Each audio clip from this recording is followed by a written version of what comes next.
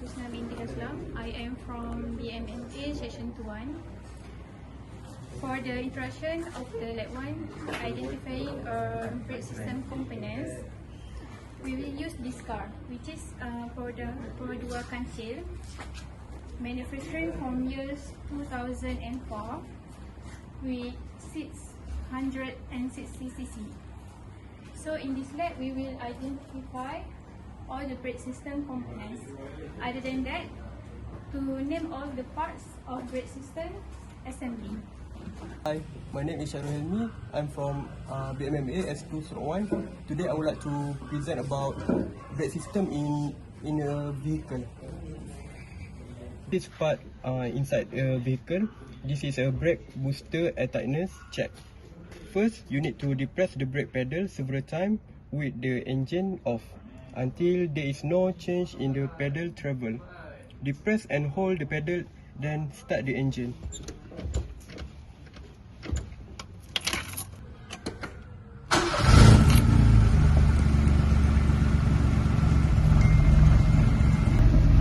Then start the engine and turn in off after 1 or 2 minutes. Depress the brake pedal several times slowly. After that, depress the brake pedal while the engine is running, then stop the engine with the pedal depressed.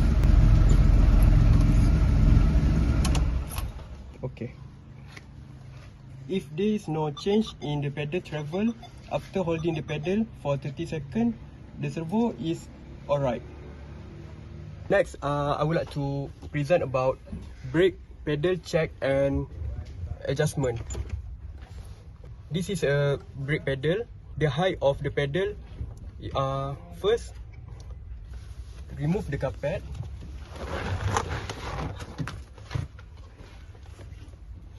Second, measure the pedal height. If the brake pedal height is not within the standard value, follow the procedure below. Standard value is 162.8 till 165.8 millimeter. I think this is okay. You need to measure the brake pedal height. If the brake pedal height is not within the standard value, you need to follow the procedure. Okay, firstly you need to disconnect the stop lamp switch connector. You need to be careful because this is a sensor for a brake. Then adjust the brake pedal height by turning the operating rod with plier. This is the rod. If you lay down in this car, you can see, but right now I just show you the position. Then secure by tightening the lock nut of the operating rod. So this is inside this one. You can see you got one nut inside this one, so you need to loose first. Okay, then we must secure by tightening the lock nut of the operating rod.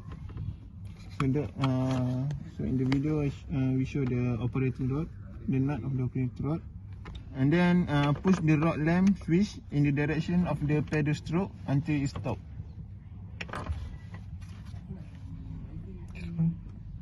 After that, lift up the pedal until the operating rod is fully extended.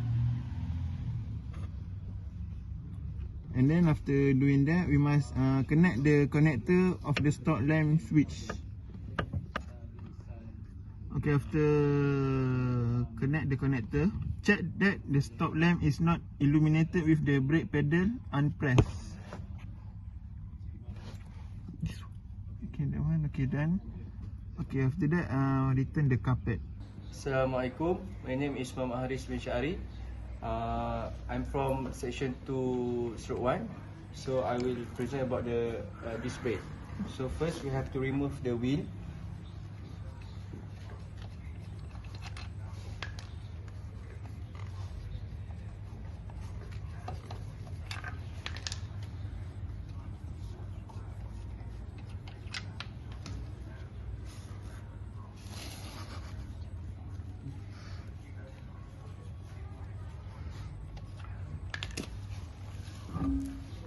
So for the safety purpose, we have to put the wheel under the car.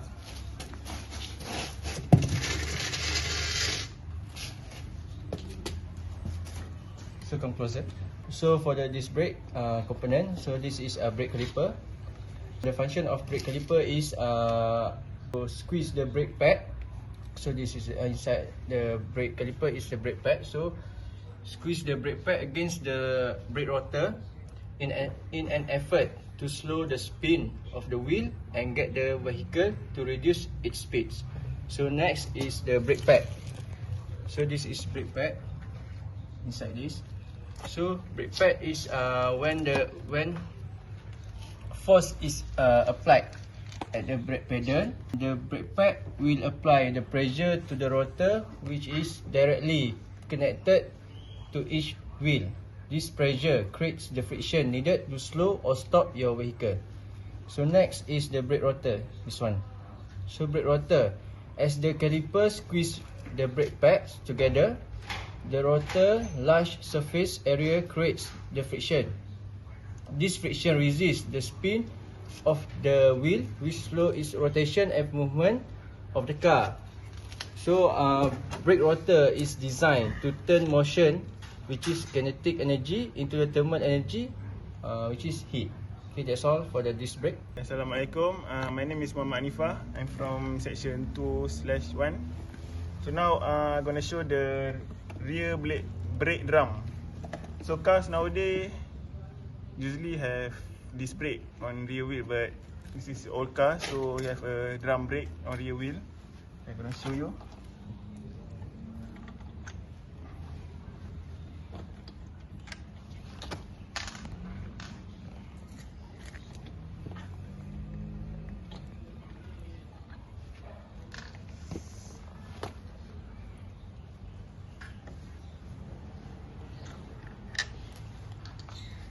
For safety measure, we must put the tire under the car.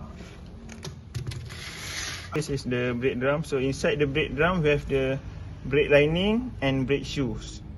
So when we brake our car, then the brake lining will expand, and then it will make a friction to the brake shoe that will stop the car from moving forward. So that's how the brake drum works. So that's all about the car brake drum system. Now we're going to install the rear tire bag.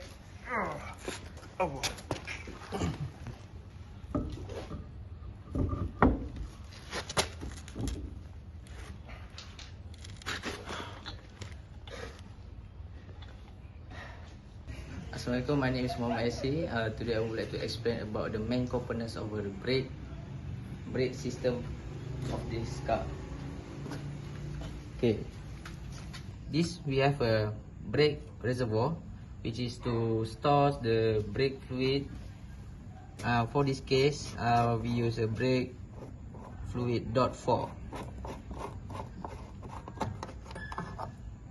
Brake fluid .4 usually colors likely orange or the white color. Under the brake fluid reservoir, we have a brake master cylinder. The function of the brake master cylinder is to feed the brake fluid into the brake lines to convert the pressure on the pedal to the hydraulic pressure. Over here we have a brake servo. Brake servo function is to reduce the force you need to apply to the brake pedal while braking. The negative pressure from the intake manifold, the brake servo is connected to the intake manifold, so it creates the negative pressure, so it can easily reduce the force you need to apply to the brake pedal. Over here we have a brake fluid lines. Function of the brake fluid line is to transfer the fluid from the master cylinder to the caliper. Assalamualaikum. My name is Muhammad ARIF bin AMIZUL from section S2/1. Okay, now I will discuss about one of the braking system called electronic stability control, or well known as ESC. The electronic stability control is a technology for the vehicle dynamic that helps to prevent the loose traction and make the car become more stable. One of the function of electronic stability control is when the car is become unstable, the electronic system will help the car from turn over, such as oversteer and understeer. Type of brake system, which is dual split brake system and diagonal split brake system. The dual split brake system is when the pressure to the brake is applied to the wheels on the spread hydraulic spread lines carrying the special hydraulic fluid, while the diagonal split concept, which is when the left rear and the right front brakes are on the hydraulic line, while the other tires, such as the right front and the left rear brakes, are on the another line. As I mentioned earlier, there are two types of steer, such as which is oversteer and understeer. Oversteer is when you drive a car, when you turn a little bit, the car will go more, and which is the car will accident. And another one is understeer. Understeer is when you are driving the car, you turn the steering, but the car is still going straight and not turn to the way of the driver conduct. So that's two type of problem happens if the brakes or the car has a failure, which is oversteer and understeer. That's all for our discussion, and now I will conclude what we have learned today about the vehicle brake system. Okay, there are some type of car.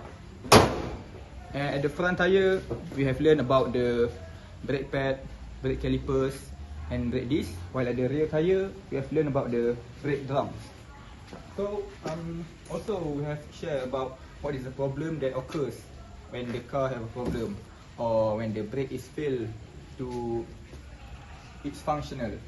Okay, that's all from our group. Thank you.